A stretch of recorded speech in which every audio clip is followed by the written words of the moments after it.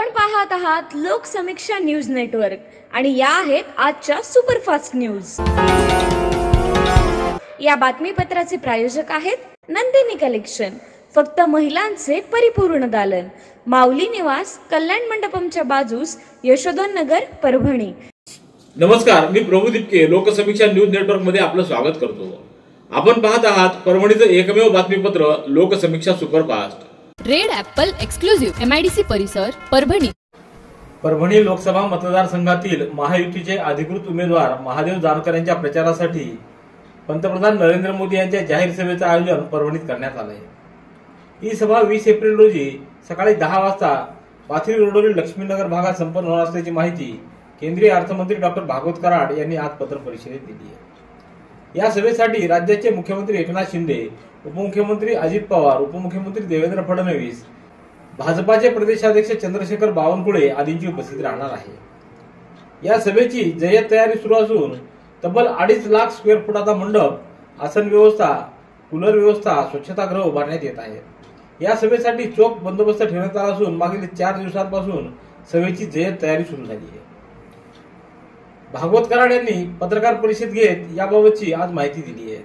या पत्रकार परिषदेला भाजपचे प्रदेश सरचिटणीस संजय केनेकर, आमदार डॉक्टर रत्नाकर कुटे, आमदार मेघना बोर्डीकर, राष्ट्रवादीचे नेते राजेश विटेकर, भाजपा जिल्हाध्यक्ष संतोष मुरकुटे, महानगराध्यक्ष राजेश देशमुख, माजी महानगराध्यक्ष आनंद भरोसे, शिवसेना जिल्हाप्रमुख व्यंकटराव शिंदे, राष्ट्रवादी काँग्रेसचे तालुकाध्यक्ष संतोष देशमुख आदींची उपस्थिती होती। रेड ॲपल एक्सक्लुझिव्ह MIDC परिसर, परभणी। पंतप्रधान नरेंद्र मोदी यांना मत मागण्याचा अधिकारच उरला नाही अशी टीका ज्येष्ठ नेते व माजी मंत्री ॲडव्होकेट गणेशराव दुधावकर यांनी केली आहे। परभणी लोकसभा मतदारसंघातील अपक्ष उमेदवार समीर दुधावकर यांच्या निवडणुकीच्या प्रचारार्थ घनसावंगी तालुक्यातल्या शहागड या ठिकाणी निवडणूक प्रचार कार्यालयाच्या उद्घाटन प्रसंगी ते बोलत होते।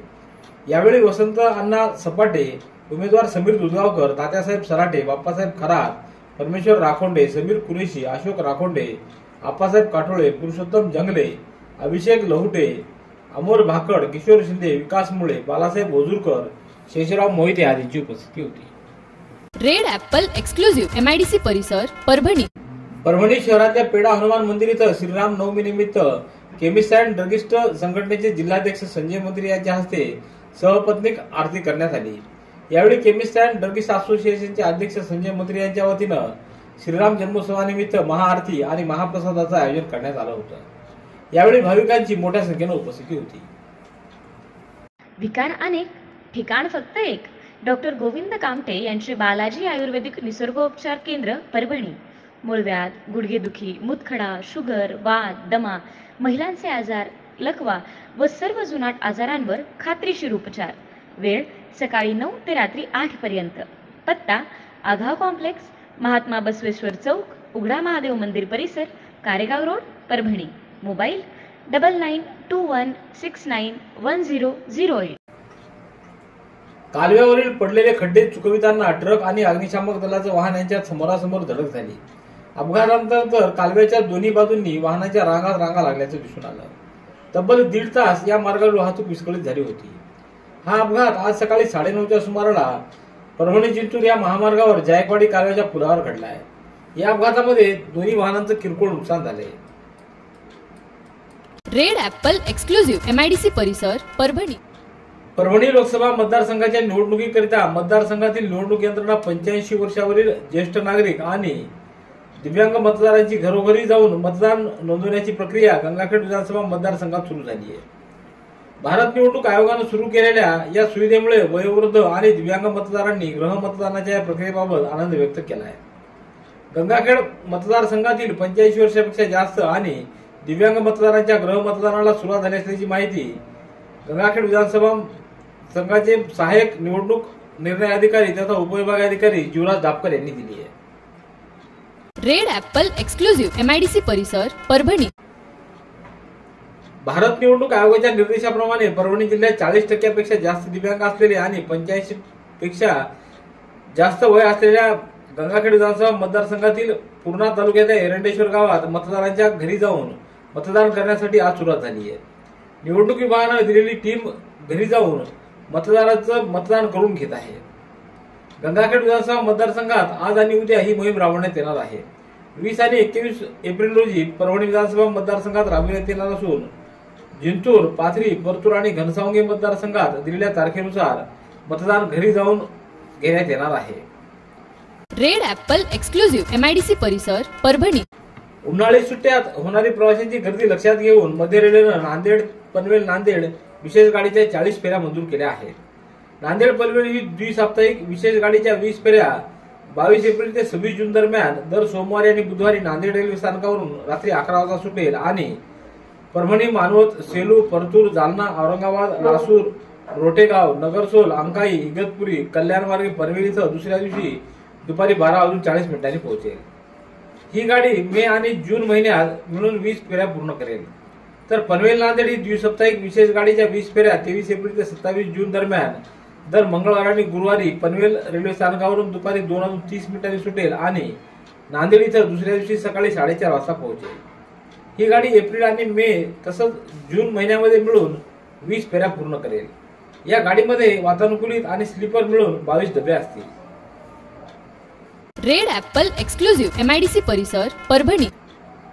लोकसभा निवडणूक मतदान प्रक्रियेवर लक्ष ठेवणारे निवडणूक सूक्ष्म निरीक्षक म्हणजेच मायक्रो ऑब्झर्व्हर्स निवडणूक आयोगाचे कान डोळे असून या निवडणूक आयोगाच्या मार्गदर्शक सूचनेनुसार आपलं काम चोख पार पाडावं अशा सूचना जिल्हा निवडणूक निर्णय अधिकारी रघुनाथ गावडे यांनी दिल्या आहेत। जिल्हाधिकारी कार्यालयातील सभागृहात आज संपन्न झालेल्या सूक्ष्म निरीक्षकांच्या बैठकीत मार्गदर्शन करताना गावडे हे बोलत होते। यावेळी उपजिल्हा निवडणूक अधिकारी जनार्दन विधाते, उपजिल्हाधिकारी संगीता चव्हाण, सुनील हट्टेकर आदींची उपस्थिती होती। रेड ॲपल एक्सक्लुझिव्ह MIDC परिसर परभणी। परभणी लोकसभा मतदारसंघातील बहुजन समाज पार्टीचे उमेदवार आलमगीर खान यांनी आज परभणी तालुक्यातल्या झरी तसंच जिंतूर तालुक्यातील बोरी व अन्य ठिकाणी पदयात्रा काढत मतदारांच्या प्रत्यक्ष गाठी भेटी घेतल्यात। मतदारांनी त्यांचं उत्स्फूर्त असं स्वागत केलंय। गेल्या निवडणुकीत आलमगीर खान यांना तब्बल 1.5 लाख मतं पडली होती। या निवडणुकीत आलमगीर खान यांना विजयी करण्याचा निर्धार या भागातील नागरिकांनी व्यक्त केला आहे। रेड ॲपल एक्सक्लुझिव्ह MIDC परिसर परभणी। पूर्णा तालुक्यातल्या एरंडेश्वर परिसरात काल रात्री 8:30 वाजेच्या दरम्यान वादळी वाऱ्यासह अवकाळी पावसाचा तडाखा बसलाय।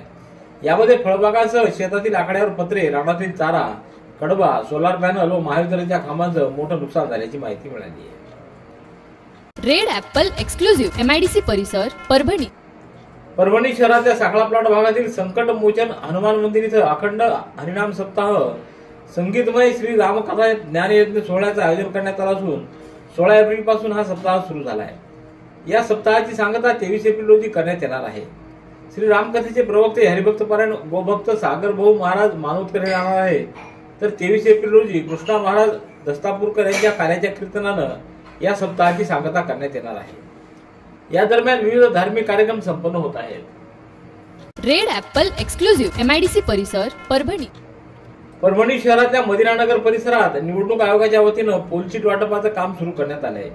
या मतदार चिठ्ठीमध्ये मतदाराचं नाव, परिसर, केंद्र तसंच यादी क्रमांक, भाग क्रमांक, रूम क्रमांक इत्यादी आवश्यक माहिती आहे।